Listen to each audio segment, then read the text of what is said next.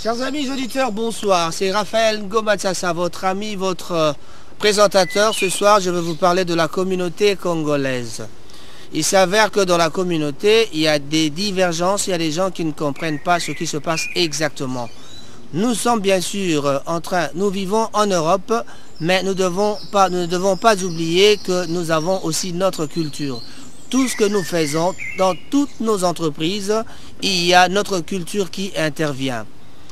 Et bien voilà, donc quand vous voulez faire une organisation, diriger une organisation, nous ne devons pas oublier les habitudes, les mœurs de chez nous. Parce que ici en Europe c'est la loi, mais la loi est régie par vraiment par des gens, il y a des gens qui font la loi. Mais le problème c'est quoi? Nous devons aussi suivre, ne pas oublier notre culture à nous, ce qui se passe dans nos familles, ce qui se passe dans nos milieux. Nous devons tout faire par rapport à la culture congolaise. La culture africaine, nous ne pouvons pas l'oublier. Voilà. Nous étions en train de discuter avec les amis. Il s'est fait que les gens ont émis des diverses idées, il y a eu des divergences d'idées dans des discussions entre amis. Un juge qui veut condamner une famille africaine parce que la femme africaine, un monsieur africain qui avait frappé sur son fils. On voulait le condamner pour le mettre en prison. Mais malheureusement, la dame juge n'était qu'un d'origine indienne. Voilà.